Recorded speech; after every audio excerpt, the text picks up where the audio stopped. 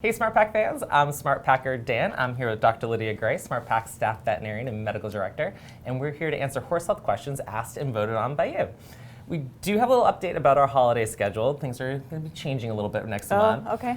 We do have that update for you in our previous video about where we're asking you guys to submit questions. So we'll put a link in the description so you can check that out. But we do have another very exciting update from last month's episode. Oh boy. Do you know what it is? No, maybe. Panic. So Cashy Butter had submitted a question about how to wean a mini colt. Yes. So I selfishly, of course, when I heard mini colt, I asked Cashy Butter to send in some photos. Oh, you want a picture? And we got some great Nice. photos. So Cashy Butter actually sent us an email that says, since you all wanted to see the colt in question, this is Hercules. As his name suggests, he's tiny but mighty. So she sent us a series of photos when he was like 3 months old and 7 months old, and I think even just born. There's a pretty little one there. So hope you all enjoy those. And if you guys have any other photos, please send them our way. But now into this month's questions. Okay. So let's see what we got here. So question number 1 was submitted by Bettina on the SmartPak form at smartpak.com/askthevetquestions. And they would like to know, what is the difference between feeding alfalfa pellets and alfalfa cubes? Is there a better option between the two? Noted my horses are getting free choice hay and have good teeth. I just want to add some alfalfa in their diet for the winter months for more calories. We actually had a lot of comments on YouTube about this. So Little Kitty said, I just recently started feeding my horses alfalfa and I was recommended to get the cubes, but they seem like they don't soak very well even when I try mushing it down with my hands. Am I soaking them wrong? Are pellets better? What's the benefit with the cubes? And then Montego Bay also wants to know. Jamaica. I know. I need that this time of year. Montego Bay wants to know, pellets do soak better than cubes, but I'm not sure what's better. Wow. So this one's a hot topic, it looks like. I like the use of the word better. Ooh, okay. Better, because it depends on what you want them for. Okay. So the original question writer said she's using them for extra calories for the winter. Correct. Which is great, because alfalfa does have more calories than grass. Okay. It also has more protein, more calcium. Intuitively, you think it'd have more sugars and starches, but it actually has less. That is something that people commonly think. I know. So less simple carbs. So she mentioned using it for weight gain or weight maintenance, probably. She didn't say her horses were that, but okay. Just to maintain through winter. Yep. Other uses for alfalfa, this is any form, is certain life stages that need more calories than others, such as growth, late pregnancy, or lactation, when the mare's actually making milk. That's the highest energy drain on the system. She mentioned her horse had good teeth. So if you don't have good teeth and you can't chew long stem forage, then a pellet or cube is a better choice. Post-operative care, such as after colic surgery, gastric ulcers or hindgut ulcers, other uses. You can hydrate your horse like for travel by soaking cubes, get a little water into them. Great point. They're convenient. Yes. You know, they're they're easy to store, easy to travel with, easy to measure. Compared to bales of hay. Yep. And then they also have a guaranteed analysis right in the bag. So your hay, in order to know what's in it, you have to do an analysis, but these come in a bag. So. The work's are done for you. Yeah, the work's done for you. Okay. So I went to these folks' website. This is Standley, the premium Western forage. We sell these appleberry cookie cubes that are yummy. Yes. Apparently. Bake it in my barn. yeah, me too. And they had some really good factoids about pellets and cubes and long stem forage. And one of the first things they focused on is a pound of forage is a pound of forage regardless of the form.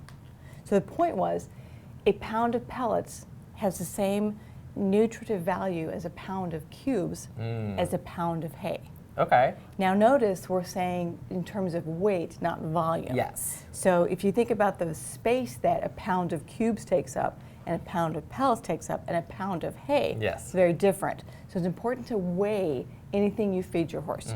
Okay. So there's research has shown there's no difference in the digestibility. That's one question I get a lot. Well, isn't it easier to digest the cubes versus hay and pellets versus cubes? And if you think about the length of the stem, So in a bale of hay, you've got, long stems. Yes. And in a cube, which is maybe like 1 inch More by 1 inch. condensed. Yeah. So it's got stems, but they're very much shorter than in a bale. And then a cube has no stems. It's The pellet. The pellet, sorry. Yes. The pellet is maximally processed. So So regardless, there's no Yep. difference in digestibility between any Nope. of those forms. And so you pick the form based on what your horse prefers and how well they eat it and your convenience. So there were comments about soaking. Their advice on soaking is the first time you feed horses pellets or cubes, you might want to soak them so that they don't eat them too fast. And then if they eat them too fast, they might run into a choke situation. So you want to slow their consumption down. And also when you are adding pellets or cubes, just like anything you change in the horse's diet, you add them gradually. And you take 10 to 14 days to get them into the diet so that the horse's digestive system can become acclimated. Because it is a change to their diet. So Absolutely. Even though we think it's just another sort of forage type product, Yeah. it's still different than Yep. what they're currently getting. So their advice, anyway, interrupted myself. Their advice on soaking is to soak for 30 minutes with a range of 15 minutes to 2 hours. And then you can experiment with hot and cold water also, or until properly softened. And the ratio should be 2 parts of water to 1 part of pellets or cubes. I feel like you should do a cooking show for this. Oh, goodness, the Julia Child of horse feeding. Yeah, so it's really what your horse likes, what's convenient for you, why you're feeding alfalfa to begin with. Now they do come, pellets and cubes also come in grass, so they're not just alfalfa. So if your horse has chewing problems, then you could supply them with grass pellets or cubes also. I personally use the cubes because they come in little mini bales sometimes that are like 4 inches long, and they break apart pretty easy. That actually might help your soaking. Maybe you're putting the whole big thing in there, and if you break them up or crumble them a little bit, the water will get to them better and they'll soften easier maybe. But I just use the little ones as treats for my horse because if they're alfalfa, pretty low in sugar, I know what the sugar is because it's on the bag. And nutritionally quite tasty. I mean, they're very palatable. So if you're feeding these, one of the reasons we didn't put on here was if you're feeding them because you have a horse who's not eating well, like a picky eater, that's a great reason to feed these. So nutritional value, there's not a real difference between cubes and pellets. Or hay. Yep. So really it's coming down to what's more convenient for this and what the horse finds more palatable. Yeah. Well, that's easy enough. Yeah. So if you're having trouble with the cubes and getting them to be soft, maybe a pellet is an option for her then. Yeah, or try breaking the cubes up, or use warm water, or just soak longer. And then we'll check out Dr. Gray's next cooking show on how to prepare. How to prepare cubes.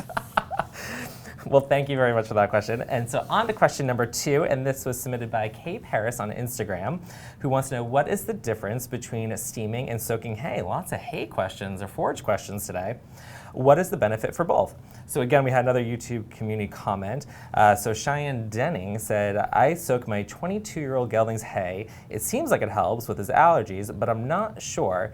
And she also wanted us to point out that she was the first one to comment. So congratulations. I know that's a big thing for our YouTube community watchers to be the first comment, so congratulations on that. Okay.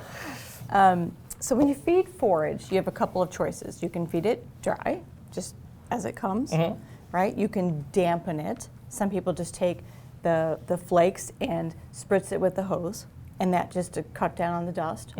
The next would be to soak it, and then the next would be to actually steam it. Yes. Yeah, and the best way to steam, really the only way now, there is commercial steamers like Hay Gain steamer. Correct. Because you can make your own steamer, but it does, That sounds dicey. yeah, and it's not only potentially dangerous, water and electricity, but it doesn't. If you don't steam the bale from the inside out, you're not as effective, and you might also be creating a dangerous situation with microorganisms.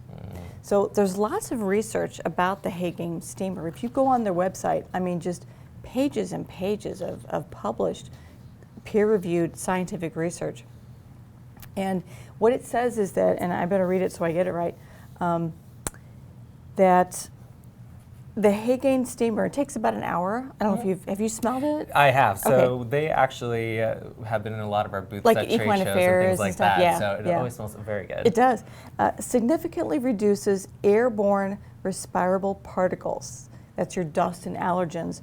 And microbial contamination. So bacteria, yeast, and mold. That is the fungi. So I think the original asker said, why would you pick one over the other? Yep. You pick steaming if you want to, if you're concerned about respiratory allergens or airway irritation, and you're trying to reduce the contaminants in your horse's breathing zone. So if your horse has some sort of allergy, Like equine asthma disease, the inflammatory airway disease, or the recurrent airway obstruction, heaves, let's just call it heaves, Yes. okay, all right. That's the main use for a steamer. It softens the hay, and it's very, very palatable. When horses are given a choice, they always choose the steamed hay. That's in the research. I just read that. They've got great taste. You Yeah, know? yeah. So soaked hay, why would you soak hay then? And there are some commercial units for this, but do we have like a hay net? If you just, there's people who have really good systems of putting hay in hay nets and then putting it in a muck bucket or something. And some people even put the hay net on a pulley, a rope and a pulley, and because it gets heavy when it's waterlogged. And so when they pull it up out of the water, it helps to have sort of some help. So basically, this little Velcro. The gator mouth. Gator mouth, easy to fill. Yep. And then basically just close this up, and then you just dunk this in. The whole thing in the water. Nice. Yeah. And this acts like a little spaghetti strainer when you pull it out. Yeah, right. Now, and you want to discard the water. Now, one of the pros, there's a list of pros and cons between soaking and steaming. One of the cons is that this takes a lot of water. Yes. Like 40, 50, 60 liters of water. I mean, lots and lots of water. The hay gain steamer takes, they say, 4 liters. Okay, so drastically less. Yeah, so much less water, and potentially there's environmental contamination with this.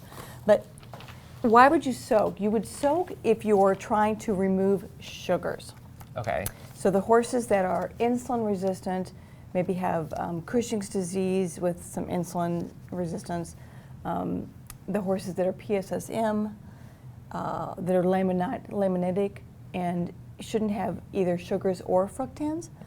And so if you soak in the rule, the guidelines are 30 minutes hot water and 60 minutes cold water will leach out significant amounts of the water-soluble carbohydrates, fancy term for the sugars and the fructans. Potassium has been shown to come out at about the same rate also. Now, hay is very high in potassium, but if you have an HYPB horse, you could soak and remove potassium. Oh, there you go. Right.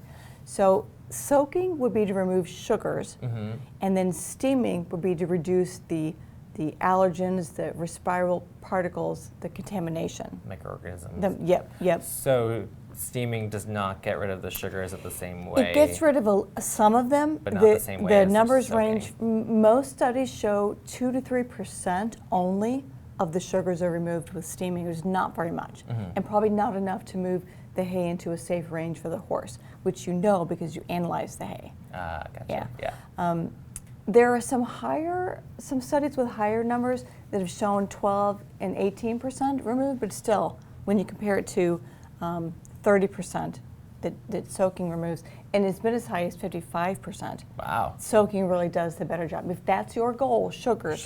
Then soaking is the technique you want to use. If your goal is to help your horse breathe better, then steaming is what you want to use. There was one study in the list where they said the best of all worlds is to soak, then steam. That's like top notch. That's hardcore. That's all the way there. Yeah, but it's it can be very time consuming. Yeah. If you do all that. That's really helpful because I was on our customer care team for a long time at SmartPak, and that is a common misconception between people, like not really sure whether to soak or whether to steam, and what the difference between the two and what their goal is. So I think that's a really helpful and easy way to break it down for people as to what best options are. There you go. So hopefully that helped you out. So on to question number 3, and this was submitted by Equestrian Grace 4 on Instagram. And this is actually the 3rd month in a row having a question answered by Equestrian Grace. Some people really get it. She's got a technique down. And so previously asked, she wanted to know when mares go into heat and the proper work to rest ratio. Oh, we'll that put links in the description for those videos. That may have been my favorite question of 2019. She's got some great ones. I saw a lot of comments from her asking some follow-up ones, so hopefully those will get answered in future videos. So she wants to know for this month, is there any benefit to feeding horses flax seeds or chia seeds in their grain? If so, how much should you feed? And I know this is one of your favorite topics. So. I'm surprised it's taken this long to sort of get to the float to the top. So the short answer is yes. Next question. So benefits to feeding horses flax seeds or chia seeds, yes. And the benefits could be just maybe you want to provide more omega-3s, period, because they're not on grass or they're on a high-grain diet and you're trying to rebalance, like they're getting too many omega-6s and you want to bring that balance, shift it back to a higher 3 to 6. So just to kind of, for some people at home who are super familiar, omega-3s, omega-6s. What's the difference between the two of them? Without getting into regulatory jail? Yes. So I like to put you on the spot like that, sorry. You need both. You need both. Okay. Okay. But we don't know for horses what the exact correct ratio is. We think it's about 3 parts omega-3 to 1 part omega-6 because that's what grass is. Okay. Being the natural food, we're like, oh, that makes sense. Yeah. The problem is in today's modern system of horse keeping, when we feed high grain diets that are more skewed 6 to 3, or they don't get fresh grass, their ratio is off, and because 6 tends to form the precursors of inflammatory pathways, we think horses might be in a chronic state of inflammation because their 3 to 6 balance is shifted. Got it. So this could help balance it out if they aren't on pasture and take them back out of that chronic state of inflammation. And so getting back perfect. Yep. So other reasons you might add it is you might want to add calories to the horse because it's fat. Flax is about 40% fat. Chia not as much, maybe 30% fat, but still significant, right? They're also they have significant levels of protein. They have some minerals and vitamins. They both provide mucilage. So if you we'll get into it in a minute. If you soak or cook flax, have you ever done that? It turns into a gooey, sticky mess, and your container and your spoon will never be the same again. And you'll be like, why did I do that? So, but that's the mucilage in it. And then some people just want to support cellular health and provide omega-3 fatty acids so that the cells, it's a wellness idea. So, all right, so flax seeds, the biggest question I get asked is how to feed them. I don't think she asked that. She said how much. We'll get to that in a minute, but it's how. So you can feed them just whole. You can feed them ground. You can feed them like fresh ground. Like it's feeding time, grind them and feed them. You can buy pre-ground and been stabilized so they don't go rancid. Yes. Okay. And then you can soak them, say overnight, or you can even boil them. Wow, this is quite the prep work. I know. Well, you mentioned earlier about a cookbook. You're doing a cooking show for sure. Next episode. So the reason we tend not to feed them whole is because flax seeds have a very hard outer shell or coating, and that it's difficult for the horses. If they don't chew them and break it, then their enzymes in their digestive tract can't really open it up either, and then it just passes out completely unused, and they didn't have access to the nutrients in there, so they didn't get the omega-3s. So that's why we grind them, and we at my barn, we have a coffee grinder. Oh, that's a smart idea. And so we have a container of flax, and then at every feed meal time, we just get out everyone's serving, grind it, pour it in a thing, feed it. So it happens right then. So the omega-3s don't have a chance to interact with the air and the sunlight. And I love that. That's a great idea. Yeah. And then when they're out in pasture and they hear the coffee grinder, they all come running. So if you want any of our horses, you just put some flax in the coffee grinder and press it, and then they come running. Whatever works. Yeah. So, but if you don't want to do that, then you can buy some pre-ground stabilized. That's easy. You don't really need to. You can soak to soften it, but that's a little bit of a pain, and you don't need to cook or boil them. I like that. I like the grinding. I think that releases the nutrients and it penetrates that hard shell. So, and then she wanted to know how much. So it does depend on why you're feeding them and what else your horse is getting, and conditions your horse might have. Like there was a study in the 90s, I think, about horses with sweet itch, and that they fed them a pound of flaxseed to see if it changed. A pound a day? Yeah, yeah. And notice again, we're not talking about volume, like a half a cup or a quart or a scoop or whatever unit you want to use. We're talking about weight. So the weight that you'll see is you can feed 2 ounces, 4 ounces, 8 ounces, it'll be half a pound. Wow. 16 ounces a pound, but it all depends on why you're feeding it.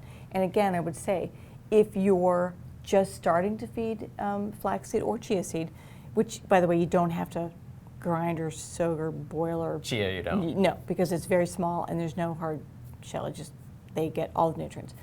But if you're adding either of these to your horse's diet, you want to do it gradually. Okay. So don't start with 8 ounces or 16 ounces. Start with 1 to 2 for a week, and then gradually increase it until you get to the amount that you want. Everything very slowly with horses. Yeah, they're just not, they don't like to be surprised, trust me. I love that. So I know we do also sell other flax products. We have our Smart and Simple Flax, which comes like in a powder, which makes it super easy to feed as pre-ground, well. stabilized, So take a little bit of work out of it for you as well. So there's lots of options on the market as well. I think we might actually, that one you mean? That was the one, yes. That's the one. Convenient that was there. Well, let us know what works for you and if the coffee grounds are your way to go. But next question was submitted by Megan on the SmartPak form. And Megan wants to know, can you discuss the presence of sidebones in horses? Is it normal or an area of concern? Would a horse with sidebones fail a PPE, a pre-purchase exam, in your opinion?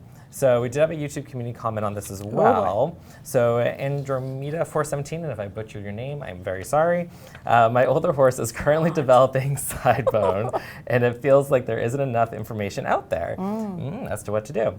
I would appreciate it if you guys could talk about it. Well, here you are. Okay. So she asked about sidebone, and then she said the magic words, pre-purchase examination. Yes. So I went to my good buddy, Dr. Canips. Yes, he's a good friend of the show. He's done several videos on pre-purchase exams, and he is a lameness expert. He has lots of letters after his name. It's ACVS, which means he's board certified as a veterinary surgeon. And this one, ACVSMR. Those are lots of letters. I know. This one stands for the American College of Veterinary Sports Medicine and Rehabilitation. Sounds like the guy to go to for So this. he was my guy. Okay, so here's what he said to your question. Sidebone, which he defined as mineralized collateral cartilages, I'll help you with that in a minute. Thank you. Is a common finding. Instead of the word mineralized, you could also say ossified, calcified, or plain old hardened. Okay. Okay. Got that. All right. We're back on track. Good. As long as the structure isn't fractured or infected, and if it's infected, it has a name, quitter. Quitter. Yeah. Okay. There is usually no concern. Presence of sidebone on a pre-purchase exam, PPE, does not affect my conclusions when the horse is sound, when the horse is negative deflections, and has no evidence of a previous injury to the site. Okay, so if there's no infection, if there is no fracture, and the No horse lameness. and the horse is sound, And no evidence of injury. then It's a inconsequential. so is it just basically a hard piece of cartilage? Is that basically it? It's basically a hard piece of cartilage. Summed up. Now, he says, this is in all caps, however. Oh, there's always a however. There's always a however. Sue Dyson's group out of the UK has reported that there may be some association of sidebone with heel discomfort. I'll send the abstract.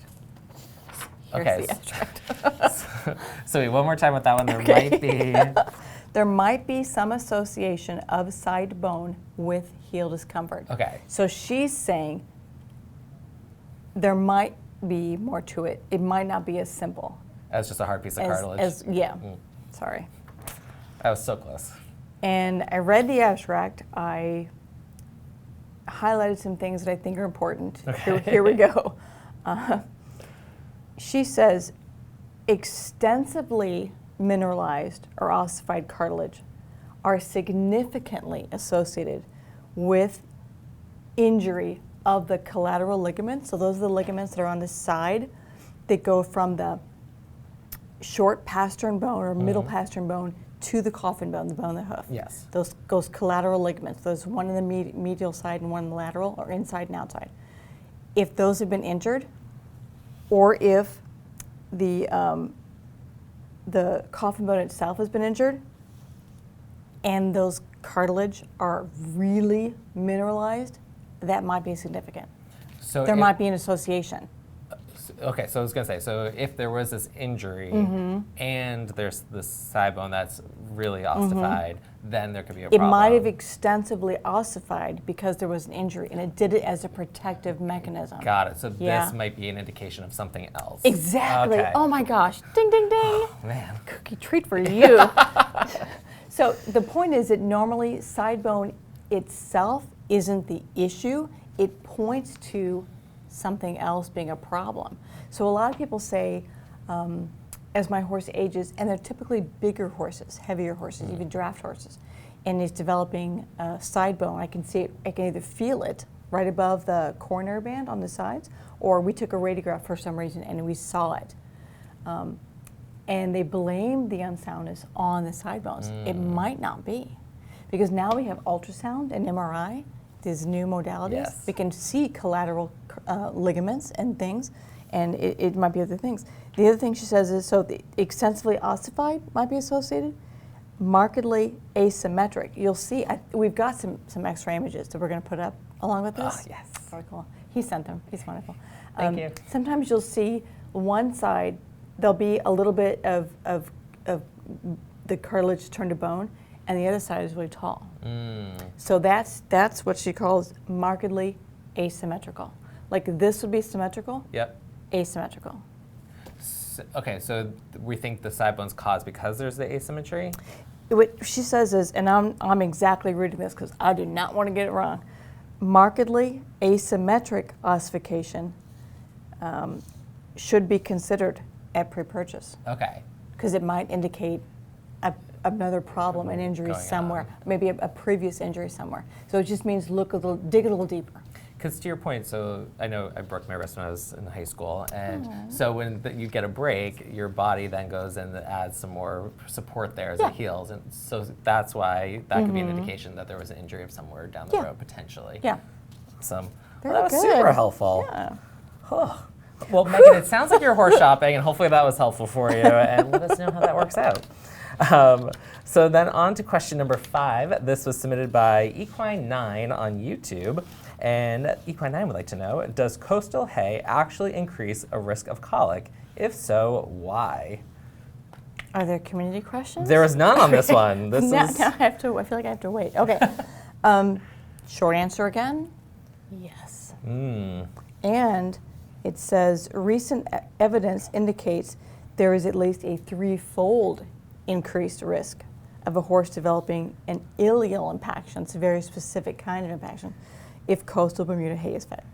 So why is that though? Why is that? Okay. First, can I say that there's Bermuda grass, okay, and then there's coastal Bermuda grass. It's just a type or variety, cultivar maybe. I didn't do very well in horticulture, of Bermuda grass. There are other Bermuda grasses that can be fed.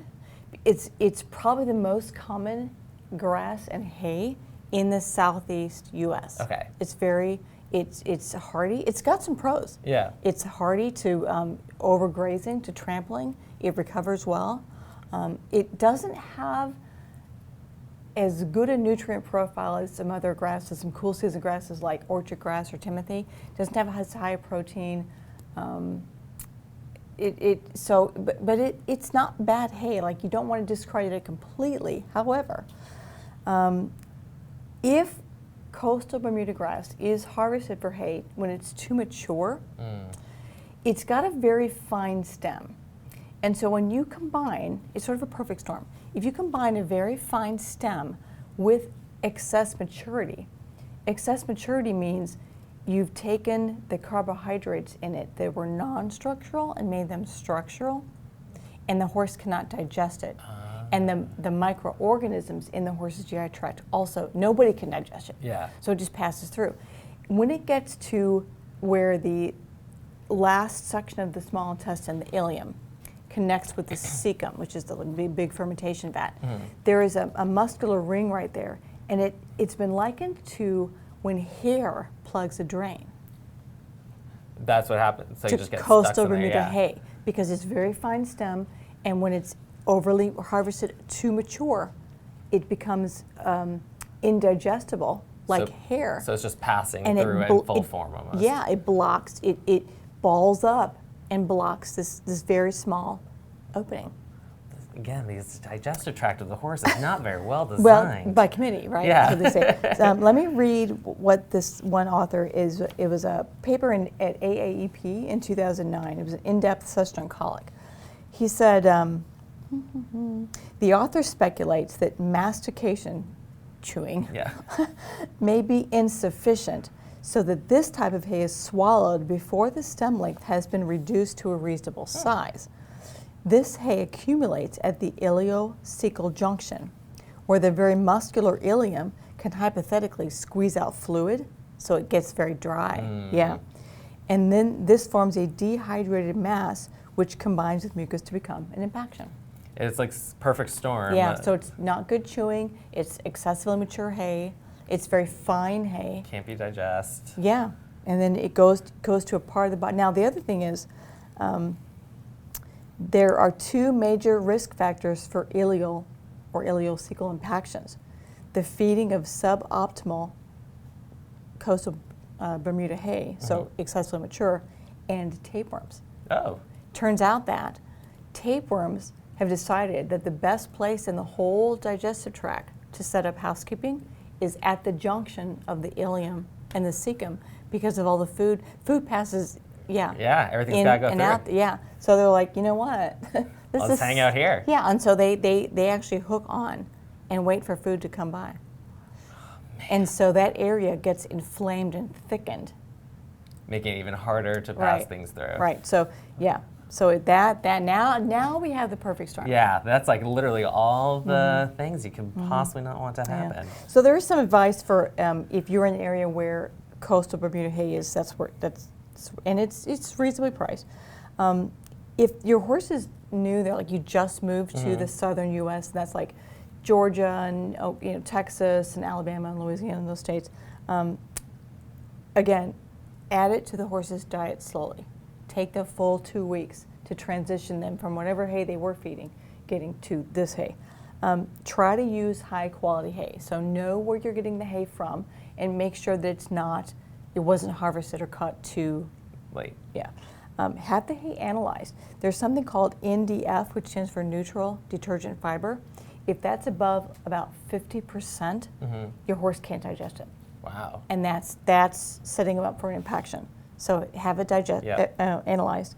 And then there are some varieties of Bermuda, not coastal, so just Tifton 85, that might not be as prone to balling up like hair in a drain. Well, I was gonna say, you did kind of talk about that in the beginning, where there's like the Bermuda grass and then there's like coastal. Yeah. So maybe the word Bermuda is not your trigger word to look out for per se. Coastal Yes, might be okay. the word. Just Yeah. to make sure. Yep.